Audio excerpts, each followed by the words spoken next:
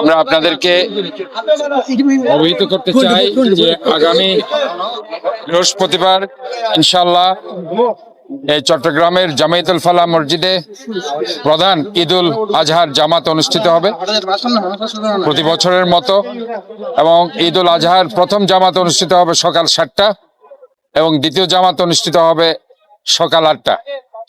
আমাদের এই ঈদ জামাত প্রস্তুতি সম্পন্ন হয়েছে, কিছু কাজ হয়তো এখনো বাকি আছে, সে কাজগুলো চলছে শেষের দিকে।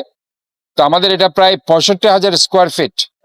এই যে আপনারা যেটা দেখতে পাচ্ছেন এই স্থানটি, এখানে উপরে যাতে বৃষ্টি পড়লেও যাতে কোনো ধরনের মুসল্লিদের কষ্ট না হয় এই জন্য সামিয়ানা দেওয়া হবে এবং তেরপাল দেওয়া হবে, যার কারণে এখানে মুসল্লিদের নামাজ পড়তে ইনশাল্লাহ বিঘ্ন হবে না।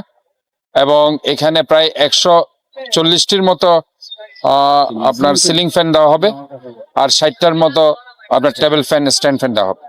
তো আমরা মনে করছি আমাদের যে পর্যাপ্ত সুবিধা আমাদের মধ্যে আমরা রেখেছি, যাতে করে আমরা এই যে নিরাপত্তার জন্য আমরা এখানে সিসিটিভি আমরা রেখেছি, এবং এখানে আমাদের জনগণ যাতে ঠিকমতো ঢুকতে পারে, বের হতে পারে, আমাদের 3টা বড় গেট আছে আর 2টো ছোট গেট আমরা রেখেছি, যাতে করে তারা খুব সহজে বেরিয়ে যেতে পারে এবং সেখানে যাতে ধাক্কাধাক্কি না হয়।